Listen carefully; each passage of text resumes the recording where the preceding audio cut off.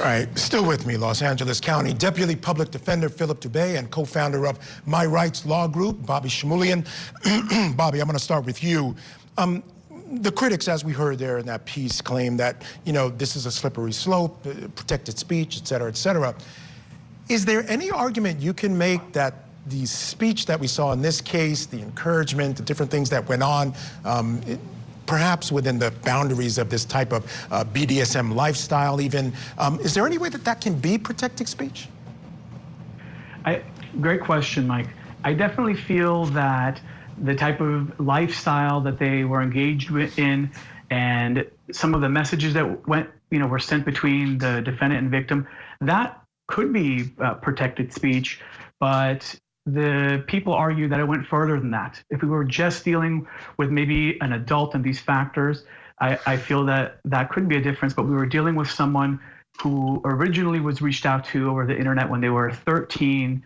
The defendant was over 20 at the time, and the DA felt that and they painted a picture that there was grooming happening, and eventually this grooming turned into coercion, into Miss Sparks taking her own life.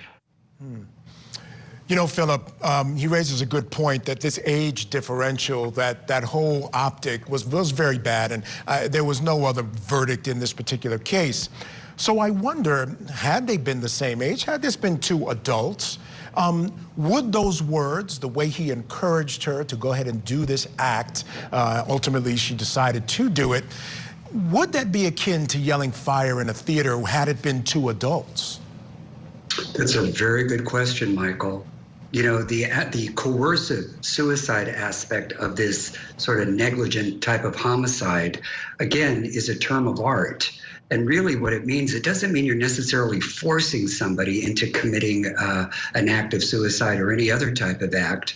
All it really means is that you are, through manipulation, overpowering a vulnerable victim's free will. And when I say vulnerable, I mean somebody who might be very young, might be mentally ill, might be suicidal. And if you use this type of manipulative sort of art, if you will, to overcome and overpower the will of a child, and they're left to their own devices to try to resolve whatever turmoil they're going through, and it results in a death. I don't know. I think that free speech takes a back seat under those circumstances, and whatever rights you have to free speech is sort of incidental to that horrific conduct you're engaging in. So I think it's a question of fact as to the vulnerability of the victim, him or herself. And that, you know, a jury will have to decide. But on these facts, this girl's free will was overpowered. Yeah, I'd have to agree with you 100% on basically everything you said. Bobby, he's facing 6 years. According to the sentencing guidelines, he really is only facing, he's a first-time offender, 1 to 2 years, of which he would serve 30% before being eligible for parole.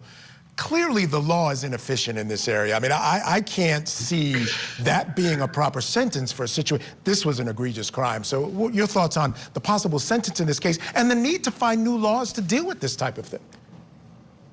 I agree. I was really surprised to find the kind of sentencing range that Mr.